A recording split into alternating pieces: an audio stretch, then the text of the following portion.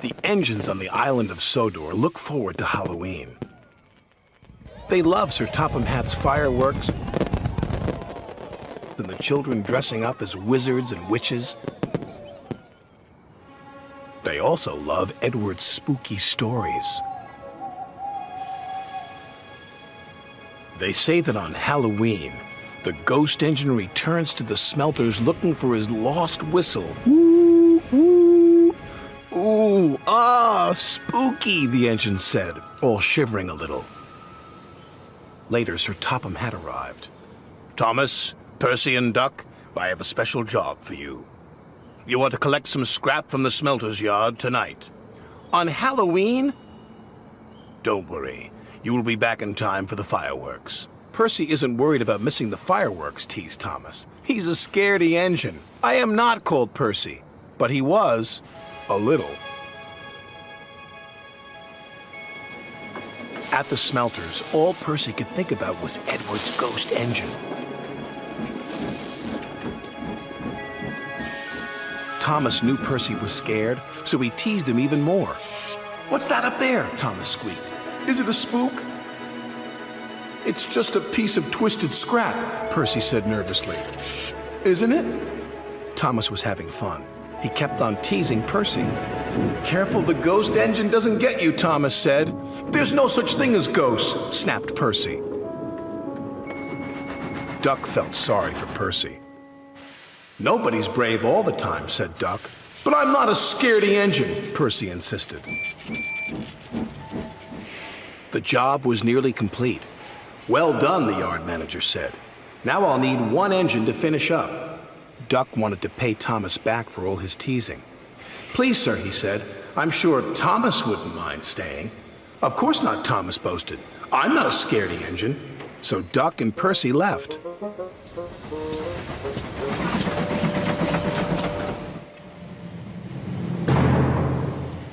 When Thomas was by himself, every sound and every shadow was spooky.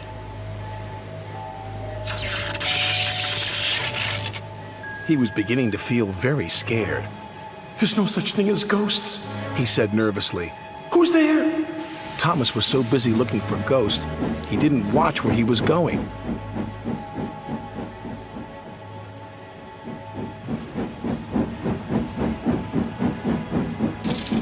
The chains felt like ghost fingers. Something's got me! Thomas wheeshed and set off an old steam whistle. Ghost whistle, said Thomas, and he raced away as fast as his wheels could carry him. The ghost engine is after me! It was naughty of Thomas to tease you, Percy, said Duck.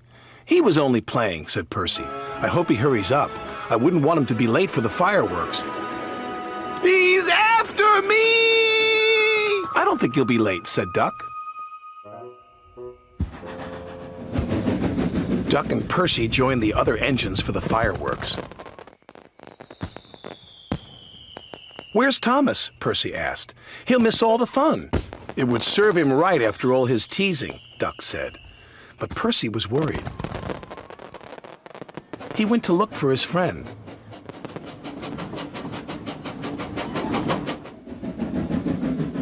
He found Thomas all alone in the shed. Are you all right, Thomas? He said. Yes, I'm sorry I teased you, Percy, Thomas said. Duck was right. We all feel scared sometimes.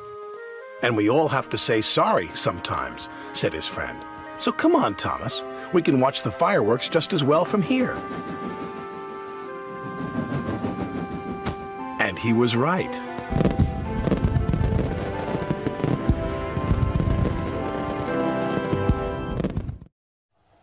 It was a moonlit night. Henry was taking a goods train to the station by the lake. Whenever that owl hoots, a mist rolls in, murmured Edward. There's a legend that when the mist's about, there's a ghost about too. Take care on the old line, Henry. Stupid bird, said Henry. Owls, mists, ghosts. Edward's going soft at the boiler. There's no mist. But Henry was wrong. "What's that?" cried Henry. "It's an amber lamp," murmured his driver. "That means proceed with caution." "Who's there?" No one replied. Henry crept slowly forward. He stopped by a tree. It had a sign nailed to it, "Beware of the viaduct." The driver was surprised. No one warned us about that before. And look, the signal's red. And the gates are closed.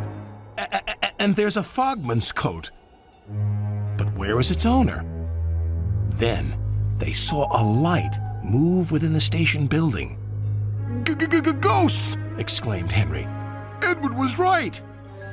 "Something very strange is happening," said his driver. "I think it's best we go back." "So do I," agreed Henry. By morning, the mist had cleared. A workman was talking about the unsafe viaduct. "Lucky you didn't cross it last night." "Yes, but we don't know who warned us," replied Henry's driver. Later that day, he spoke to Henry. "The viaduct has been repaired. We can take our train back along the old line tonight." Henry really didn't want to. But when nightfall came, he was sizzling nicely. Suddenly, an owl hooted, and then Gordon thundered by. "Oh, look, Henry's spooked," said a freight car. "Be quiet," snapped Henry. "I'm not scared." But he was.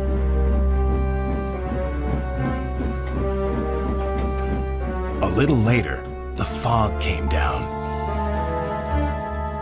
As they approached the same area, they saw the amber light again. "Here we go," said Henry's driver.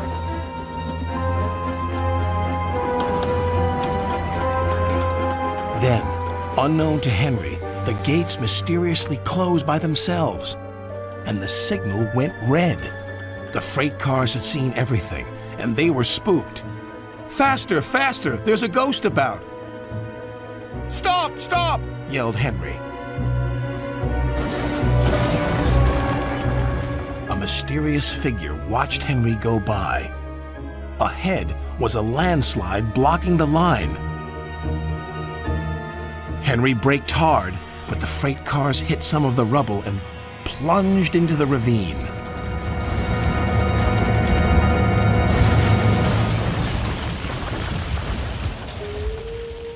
Just then, Henry's driver saw a strange sight coming towards them.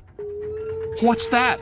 he said. The fireman laughed. "That's our ghost. It's Old Bailey, the fogman." Old Bailey was very cross.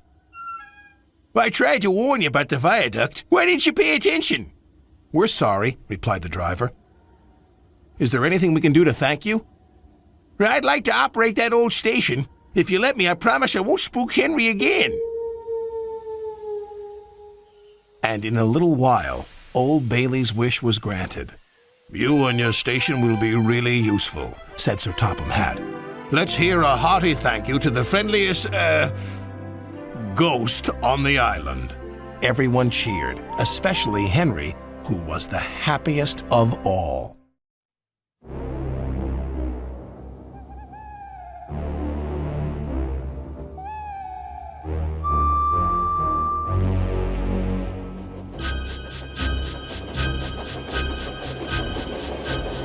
Every year, on the date of the accident, it runs again as a warning to others, plunging into the gap, shrieking like a lost soul.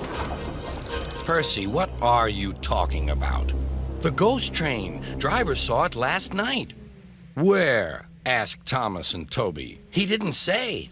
Oh, it makes my wheels wobble to think of it. Puh, said Thomas. You're just a silly little engine. I'm not scared.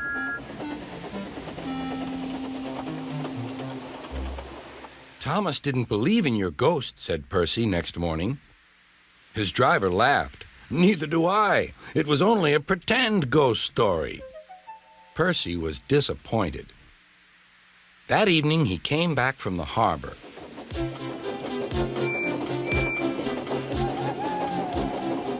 Percy knew where he was, even in the dark. Crow's Farm Crossing. We shan't be long now.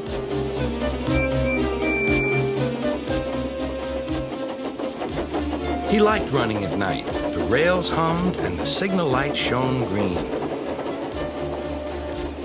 But a broken cartload of lime lay ahead. Sam the farmer had just gone for help.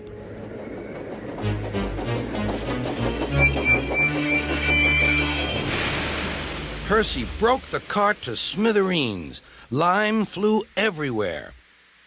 He puffed quickly to the nearest signal box. Percy's driver explained what had happened. "I'll see to it," said the signalman. "But you'd better clean Percy, or people will think he's a ghost." Percy chuckled. "Do let's pretend I'm a ghost and scare Thomas. That'll teach him to say I'm a silly little engine." Toby promised to help.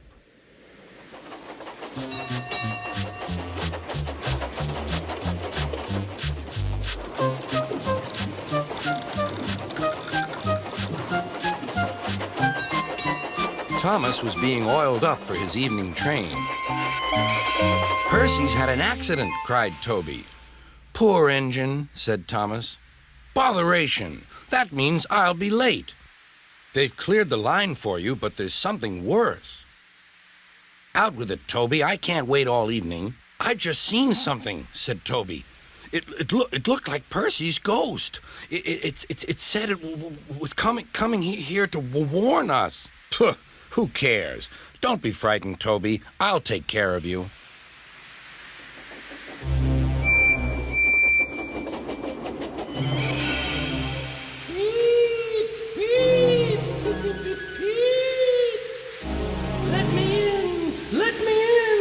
Wailed Percy. No, not by the smoke on my chimney, chim. I'll chuff and I'll puff and I'll break your door in.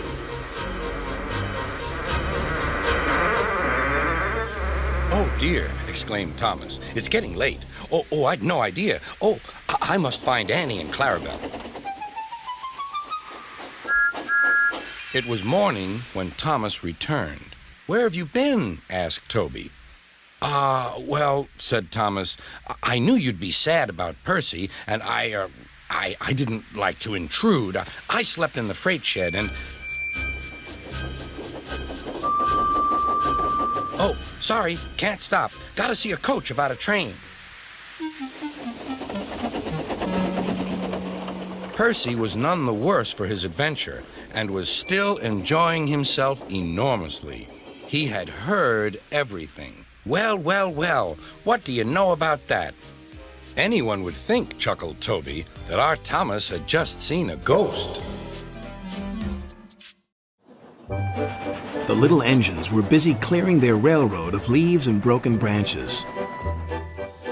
Peter, Sam, and Rusty often worked together. One day, Rusty helped Peter Sam to a water tower.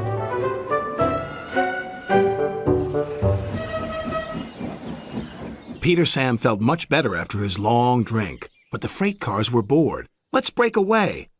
Their loads were heavy and the couplings old. One snapped.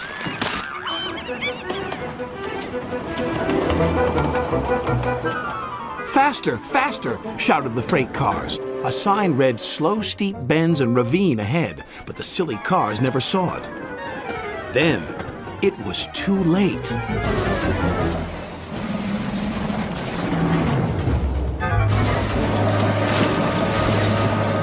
Peter Sam arrived at the scene of the disaster. His driver sighed.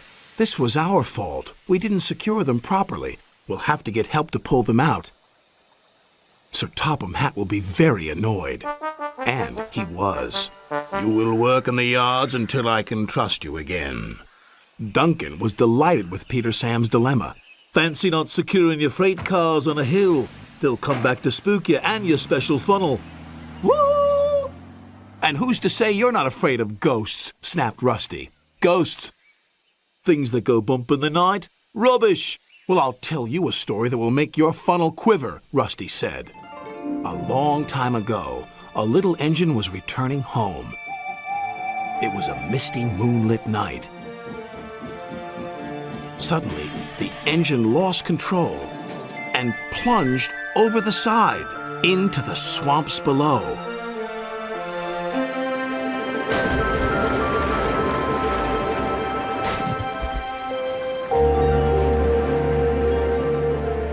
He was never found again. But many a workman will tell you that when the moon is full, they have seen the little engine trying to get home. But he never reaches the other side. So what do you think of that, Duncan? Rubbish, replied Duncan. Never mind him, Peter Sam. He'd be frightened if he really saw a ghost. This gave Peter Sam's driver an idea. Let's play a trick on Duncan. The next day, he spoke to Duncan's driver and fireman, who agreed. We'll do it tonight. Duncan had to take coal cars to the slate mines and then bring cars back. Duncan's driver decided as part of the plan to cross the old iron bridge. Haunted bridge. Rubbish, snorted Duncan. It's as tame as a pet rabbit. But all the same, he kept thinking about Rusty's story. When dusk fell, he was keen to leave. If we don't go now, Scarlowy will take my favorite place in the sheds. We have to collect our cars first, his driver replied. He could see their plan was working because Duncan was nervous. When night fell, they set off. The mists were rising around the old iron bridge. Duncan whistled, and the sound echoed everywhere.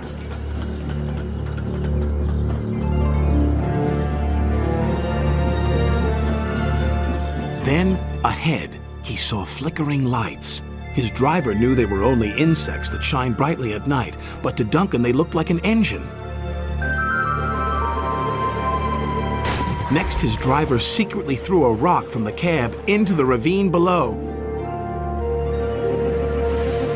It's the ghost! Take me back! Take me back, please! When Duncan reached the safety of his shed, he closed his eyes tightly. Spooked, are you, Duncan? Laughed his driver. No, I'm asleep. And Duncan refused to open his eyes. He did, though, when he thought his driver wasn't looking, just to make sure that he was still there. Thomas and Percy are good friends, but sometimes Percy teases Thomas about being frightened, and he doesn't like that at all. One evening, he was dozing happily, but Percy wanted to talk. Wake up, Thomas. Are you dreaming about the time you thought I was a ghost? Certainly not. Anyway, I was only pretending to be scared. I knew it was you, really. Percy went on teasing him. I hope the guard leaves the light on for you tonight. Why? Asked Thomas. I quite like the dark. Oh, really? Exclaimed Percy. I am surprised. I always thought you were afraid of the dark. I wonder why. Thomas decided to say nothing and went to sleep instead. Next day, Sir Topham Hatt came to see him. I would like you to go to the harbor tonight. You have to collect something rather unusual. What sort of something? Asked Thomas. Wait and see, replied Sir Topham Hatt. Meanwhile, Percy was moving freight cars into a siding. Henry arrived with his goods train. The signalman changed the switches, and Percy waited on the siding until Henry had steamed by. Then there was trouble. The switches are jammed, called the signalman. I can't switch them back for Percy. The workmen will have to mend them in the morning. It's too late now. Said Percy's driver. I'm sorry, Percy, but you'll have to stay here for the night. Where are you going? Asked Percy. Home for tea, replied the fireman. Percy was speechless. He watched as the other engines went home to the shed. Nighttime came, and Percy began to feel very lonely. Oh, dear, he murmured. It's very dark. Oh, what's that? It was only an owl, but Percy didn't realize this. Oh, I wish Thomas were here too, he sighed. Thomas was waiting for his mysterious load at the harbor. Suddenly, there it was. "Cinders and ashes," cried Thomas. "It's a dragon." "Don't worry," laughed his driver. "This dragon is made of paper. It's for the carnival tomorrow." Workmen lifted the dragon onto Thomas's low loader and put lights all round it for protection. Then Thomas set off into the misty night.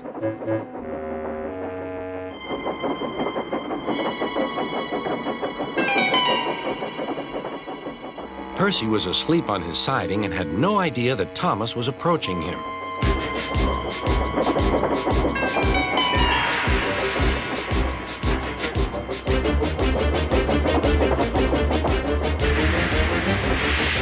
Percy woke up with a start.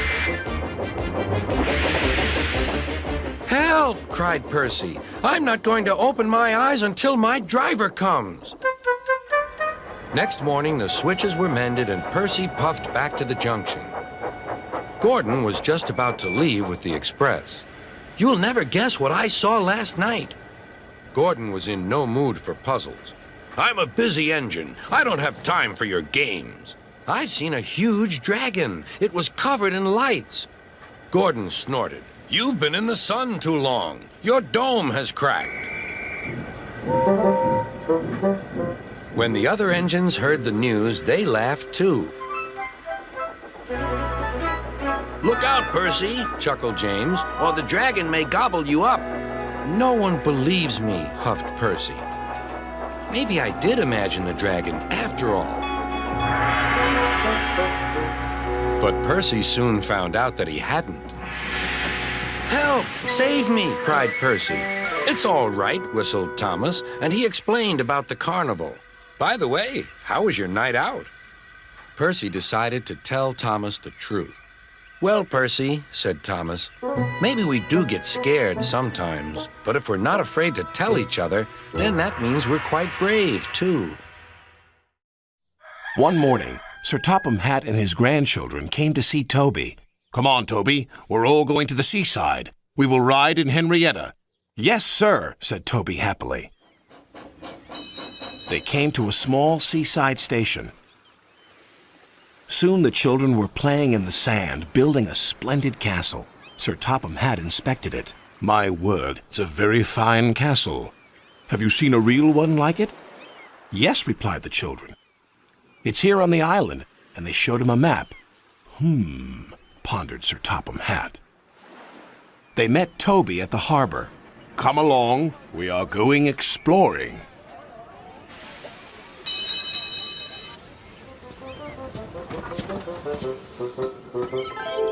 Soon they were in the wildest part of the island. They stopped by a lonely signal box. "Where are you going?" asked the signalman. "We're trying to find an old castle." "I know the place, sir," said the signalman. "There's a small junction not too far down the line. Just switch the points."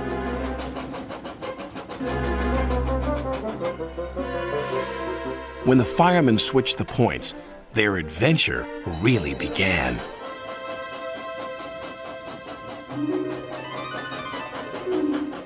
Toby pushed past branches and bushes until they came to another little junction.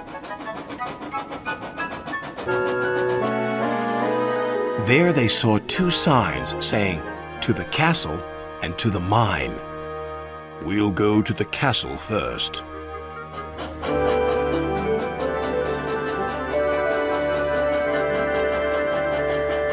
Toby stopped by an old water tower. "There's the castle."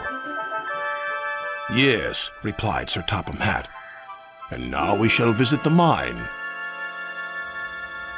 Once upon a time, the mine had been worked by the little engines, and their lines were still in place.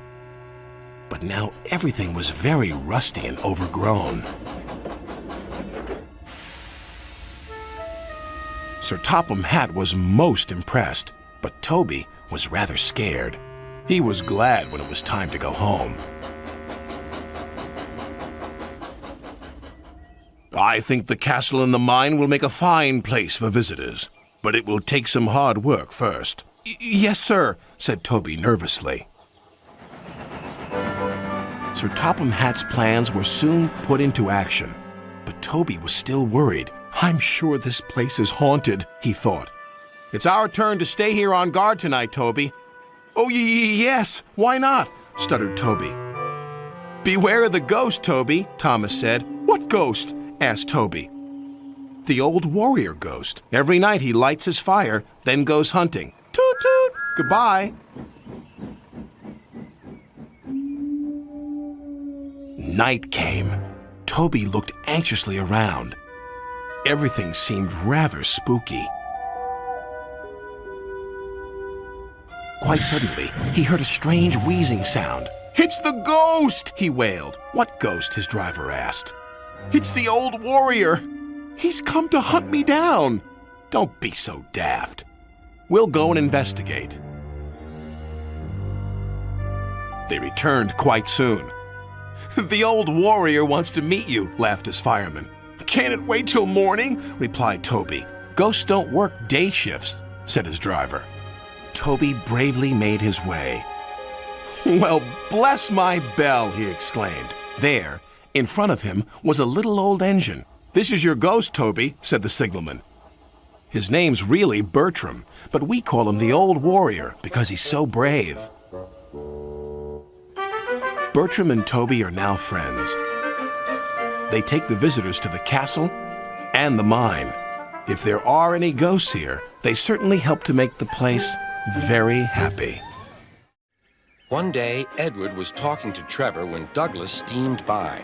He was pulling a train of heavy coal cars. Come on, Edward. Stop gossiping in the sun when there's work to be done. Later, Edward spoke to Douglas. Trevor and I are old friends, and you and he have a lot in common, too. We do? Quizzed Douglas. And what would that be? Scrap, said Edward quietly.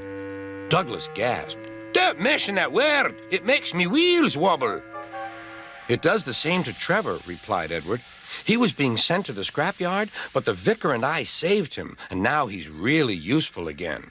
Even so, Sir Topham Hatt certainly does need another steam engine here. Aye, he does, and quickly. That night, Douglas was still working. He had taken the midnight goods train to a station at a faraway part of the island where only the diesels work.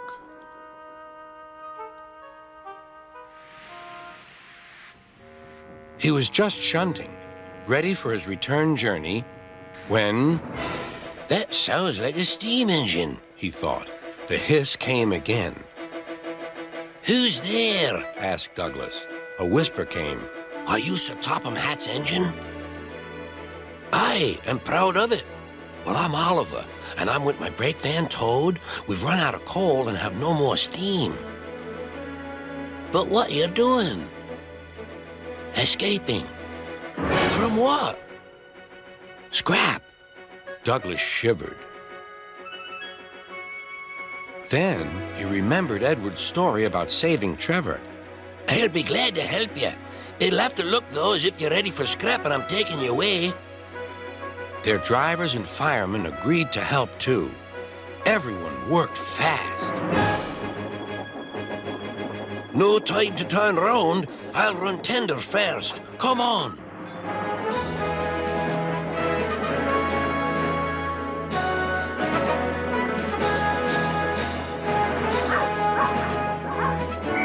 But before they could clear the station, they were stopped. Aha, called a foreman. A Great Western engine and a brake van, too. You can't take these. Aye, but they're all for us, said Douglas's driver. See for yourself. The foreman looked all over Oliver. Seems in order. Right away, guard.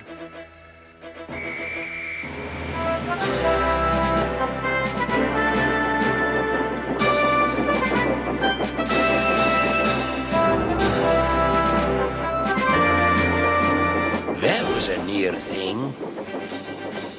We've had worse, replied Oliver, and they forged ahead.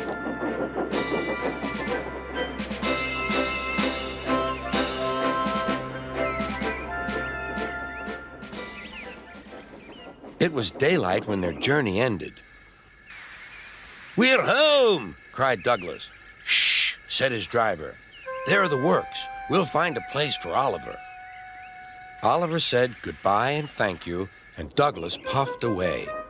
The next day, Douglas told the other engines all about Oliver. "Sir Topham Hatt will have to know," said James. "Douglas should tell him at once," added Gordon. "Well, here he is," said a voice. "Now, what's this all about?" "Beg pardon, sir, but we do need another engine." "Yes, sir," ventured Gordon. "A steam engine, sir." "Well, unless one is saved from scrap, there's little hope." "But, sir, one has." "Yes, indeed. And thanks to you, Douglas, he is now at our works. Oliver is just what we need for Duck's branch line." Everyone cheered. Now Oliver and Toad are mended and painted in full Great Western colors. Duck and Oliver are happy on their branch line. The others laughed at first and called it the Little Western. Duck and Oliver were delighted, and so the Little Western it will always be. Stepney, the Bluebell engine, works closely with his friend Rusty. One day Sir Topham Hatt came to see him. "Rusty tells me you're in need of a change, so I want you to help Toby and Mavis in the quarry." "Oh, thank you, sir," said Stepney. "Shall I be away long?" "Just today. But please be careful. It is easy to get lost up there, so be back before dark." "We will," said the driver. Stepney soon arrived at the quarry. "We're glad you're here to help us," said Toby. "Are these my cars?" asked Stepney. "Only some of them. There's masses more in the sidings," replied Mavis. "The more the merrier." Stepney was really enjoying himself. The dustier he became, the harder he worked. Mavis and Toby were impressed. Then the foreman spoke to his driver. "We have a night special to take to the building site at the new branch line. Do you want to pull the train?" "Yes, please," said the driver. But he should have asked Sir Topham Hatt first. Night came. "Be careful, Stepney," advised Toby. "I will, and thank you for a lovely day. I do hope I can come back again." "The line can be spooky," said Mavis. "Thank you for the warning." And with that, Stepney puffed away.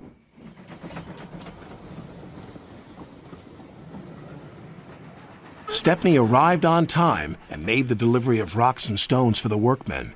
Then he set off for home. That's when the trouble began. The fog came down.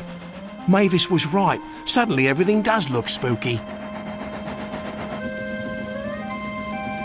"There's a signal box," called his driver. "And the signal light is green. Someone must have been expecting us." But they weren't.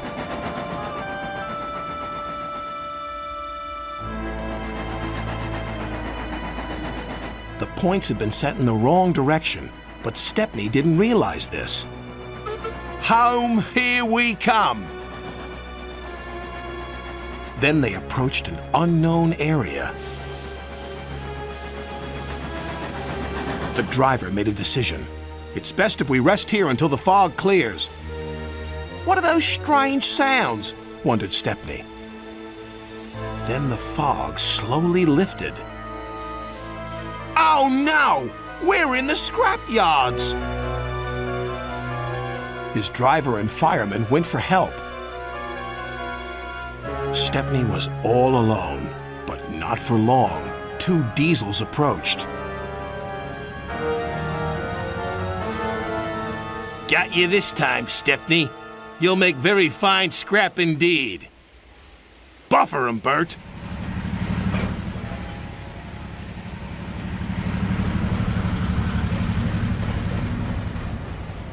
The diesels took him to the large smelter shed.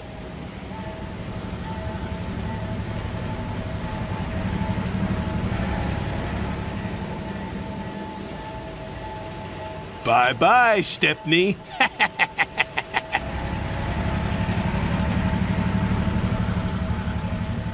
Stepney looked up. Above him was a huge grabber. "This engine's not for scrapping." The grabber wasn't listening.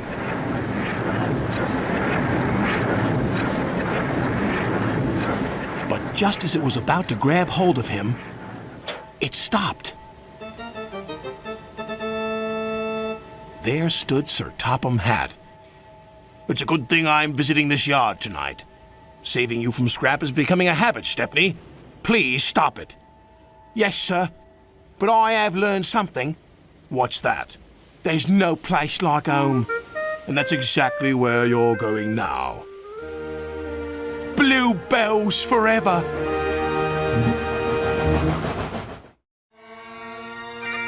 It was a beautiful day on the Island of Sodor. Donald and Douglas are Scottish twins. They enjoy working on Sir Topham Hatt's railway.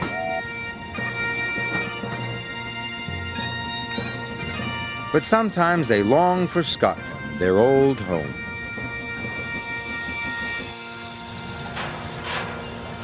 One day, Sir Topham Hatt called them to the docks. Lord Callan's castle is finally reopening. There is to be a grand celebration tomorrow. I need you to take the banners, bunting, and bagpipes to the castle. Harvey, you must load them straight away. Yes, sir, chuffed Harvey. The twins were excited. Going to Lord Callan's castle would be like going home again. Soon, Harvey had finished loading the freight. Where are you going? Asked Percy. Lord Callan's castle, Donald proudly announced. My Castle Loch. I'm glad I'm not going to Castle Loch, wheezed Percy nervously. Scared the monster might get you, teased Douglas. He might, said Donald. There's no monster. There is too. There is not. Is too. Is not. Is too.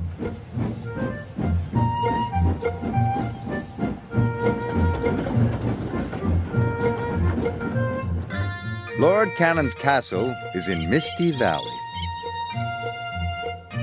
Donald and Douglas were determined to get the important goods to the castle in time. They puffed proudly around the loch towards their destination. There it is, cried Donald. We're almost there, shouted Douglas. But there was trouble ahead. Trees had fallen across the line. Donald and Douglas stopped just in time. Then, suddenly, there was a loud crash. The brake van had been hit by a landslide and come off the rails. They were stuck. We could take the causeway, said Donald's driver. Douglas's driver knew the causeway was old and rickety. It's too dangerous, he said. The twins were worried.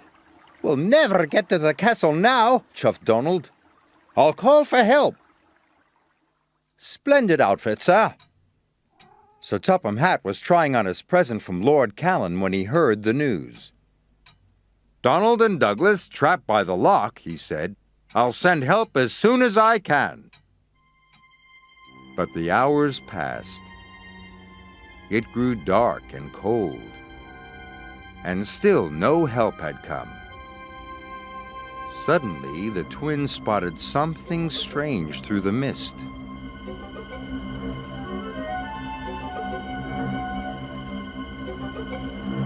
What's that? Called Donald. Is it the monster? Cried Douglas.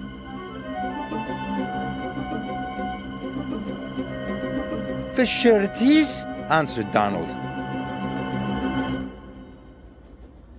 It's not a monster, it's us. It was Harvey and the breakdown crane. Donald and Douglas were relieved. By morning, the lines were clear. Donald and Douglas hurried off to the castle. Lord Callan's workers were waiting to unload the freight cars.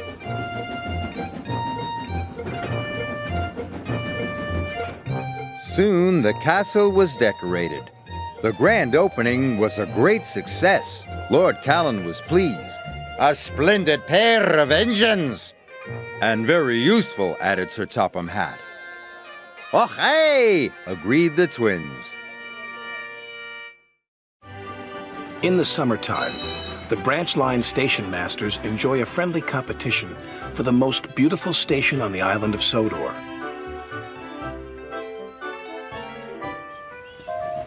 The engines love to help too. One evening, Sir Topham Hatt came to the sheds. "I want Percy to collect some flower bushes for Lower Tidmouth Station," he said. "They're at Maithwaite." "Maithwaite?" Percy said. Yes, sir," he added nervously. Percy chuffed anxiously through the thickening fog. He doesn't like traveling to Maithwaite at night. The line passes through a junction next to a spooky old quarry mine. Percy hoped the signal at the junction would be green. He didn't want to stop next to the mine, but the signal was red. He had to stop.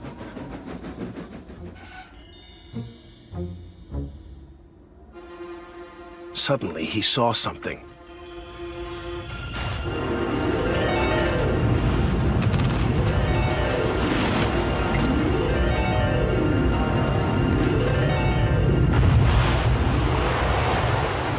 "Bouncing buffers!" cried Percy. His driver hadn't seen the old chimney sink into the ground. The signal changed. Percy was so scared, he steamed away as fast as he could. The next day, Percy was telling Donald and Douglas about the disappearing chimney. "It's the naughty gnomes," teased Donald. "We fat men with big feet, they make strange things happen," said Douglas. "It's legend. They steal your wheels and filch your funnels." Percy didn't want to believe them, but he wasn't sure. Sir Topham Hatt was waiting for Percy at Dry All Station. "I want you to collect some freight cars from the abandoned mine," he said. Yes, sir," Percy answered, but he really didn't want to go there again. Percy hoped he wouldn't see anything else disappear. He slipped into the sidings and buffered up to the freight cars. "Spooky," stammered Percy. Suddenly, another building at the old mine sank into the ground.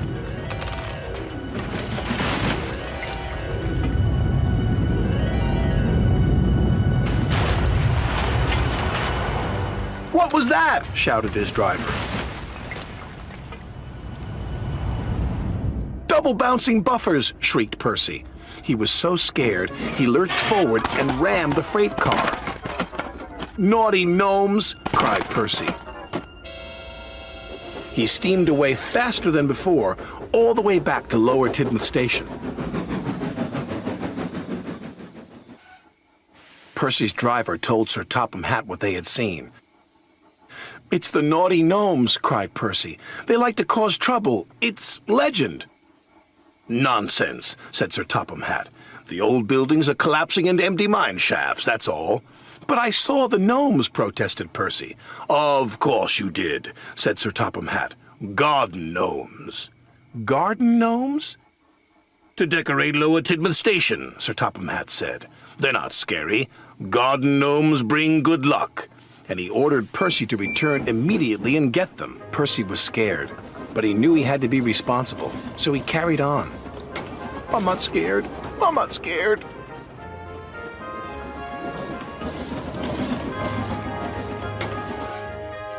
He waited for something else spooky to happen, but it didn't. And Sir Topham Hatt was right. The garden gnomes weren't scary at all.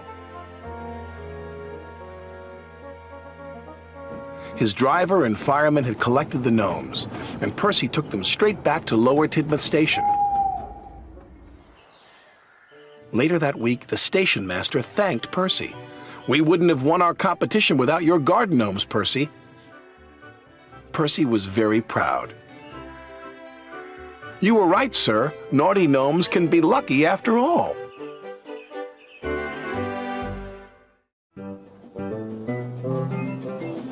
Thomas and Fergus the traction engine are friends. Fergus is the pride of the cement works. Fergus knows all the rules and obeys them.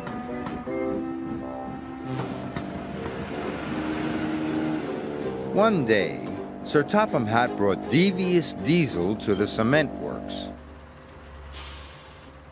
I need Diesel to help for a while.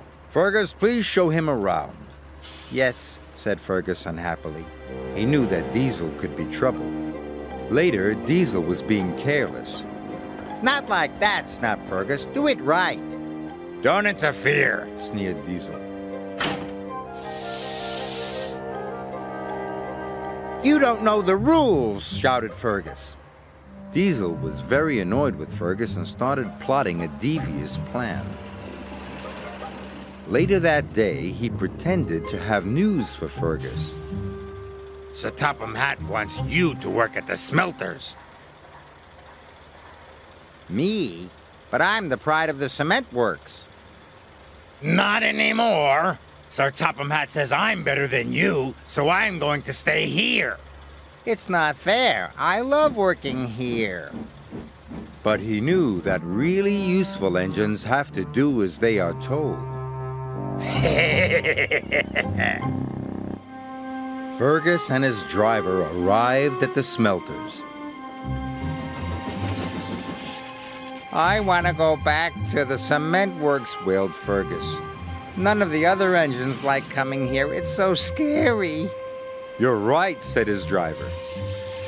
Just then, the scrap diesels arrived. Hello, are you happy to be here? No, cried Fergus. His driver was scared too. Come on, Fergus, we're going to escape. And for the first time, Fergus broke the rules. Sir Topham Hatt was enjoying a tasty fish supper when he heard that Fergus was missing. That's not like Fergus. There must be something wrong. I will send Thomas to look for him.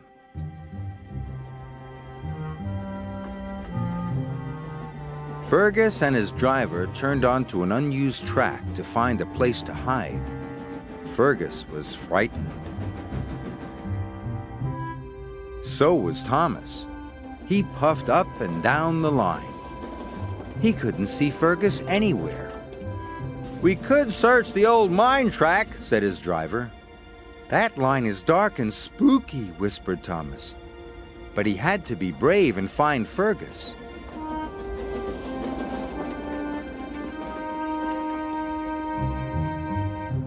Fergus was on a siding. His fire had gone out. Then he heard a sound. It's an engine, he cried. Fergus, whistled Thomas. Whatever are you doing out here?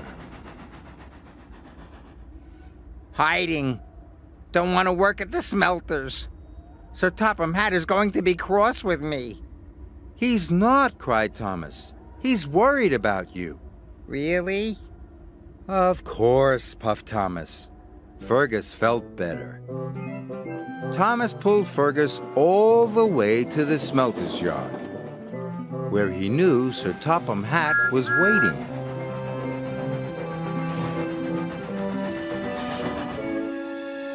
Fergus, explain yourself. I ran away. It's scary here. Diesel told Fergus that you wanted him at the smelters forever. Nonsense, Fergus. You are the pride of the cement works. I shall send Diesel to the smelters, and you can go back to the cement works tomorrow. Oh, thank you, sir, said Fergus happily. Fergus knew he had a good friend in Thomas, and he was still the pride of the cement works.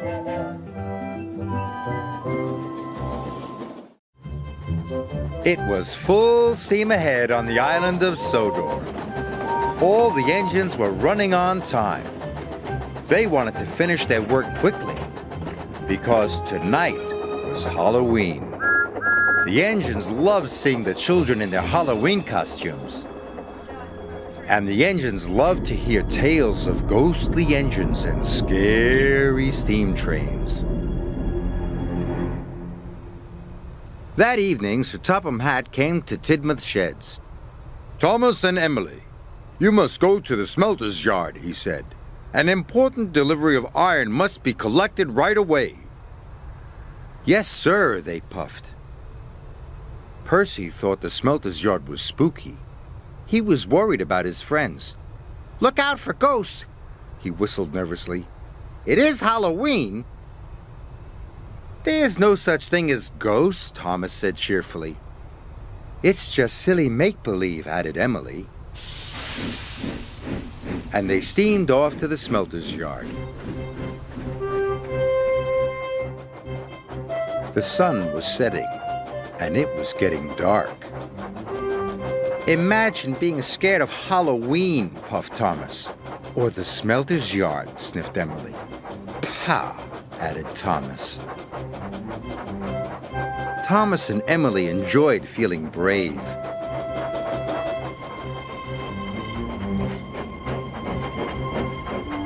But when they got to the smelter's yard, it was very spooky.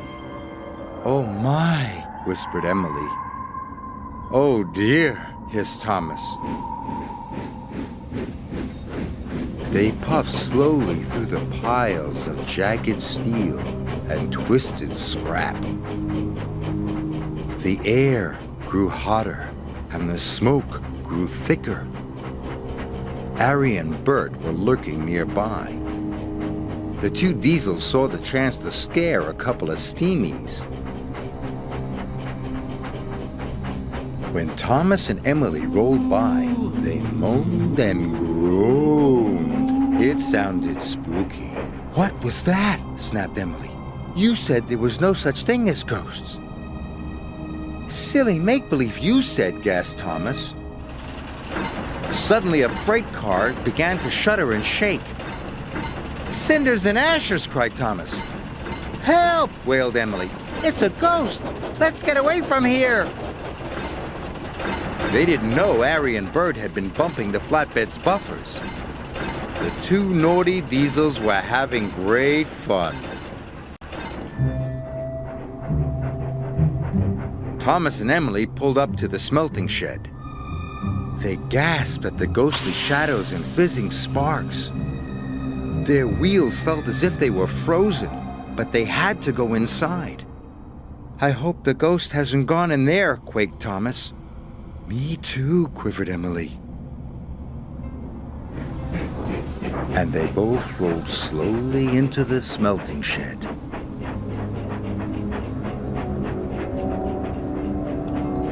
Inside, chains clanked and strange shadows danced across the walls. Must be brave, Thomas puffed. But it was spooky. Emily was turning around, ready to shun some freight cars. Suddenly, a great whoosh of sparks lit up the shed. "Bust my buffers!" cried Emily. Emily was scared. She didn't notice the huge white tarp. It fell, covering her from funnel to footplate. "The ghost! It's got me!" She steamed away as fast as her pistons could pump. Thomas thought Emily was the ghost, and he raced out of the smelting shed.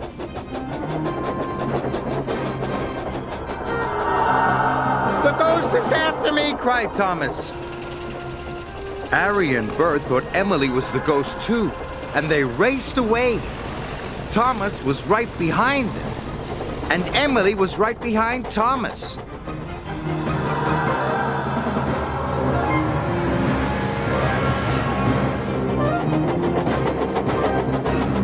"Help!" Emily cried. "The ghost has got me!" Harry, Bert, Thomas, and Emily raced towards Tidmouth's sheds. Tidmouth's sheds was quiet and peaceful. All the engines were fast asleep. Thomas's whistle soon woke them up. "It's Thomas!" cried Percy. "Something must be wrong!" Suddenly, he saw Thomas, Harry, and Bert racing into the yards. "Stop!" he cried. Harry, Bert, and Thomas applied their brakes. They stopped just in time. "The ghost is after us," whistled Thomas. Percy was scared. But just then, Emily raced under a signal and the tarp flew off.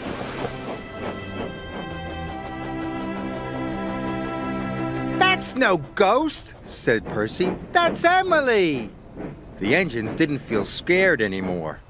but they did feel foolish. Sir Topham Hatt arrived wearing his pajamas. "What is all this fuss and bother?" he boomed.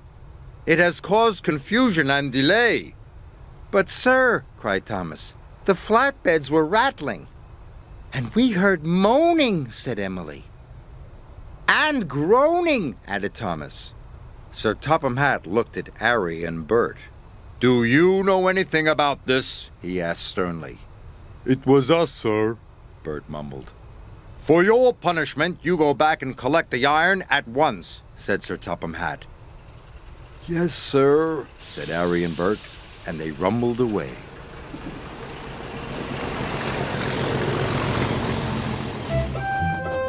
Whenever Thomas and Emily went back to the smelter's yard, they knew there was nothing to be scared of. After all, there is no such thing as ghosts. It was all silly make-believe.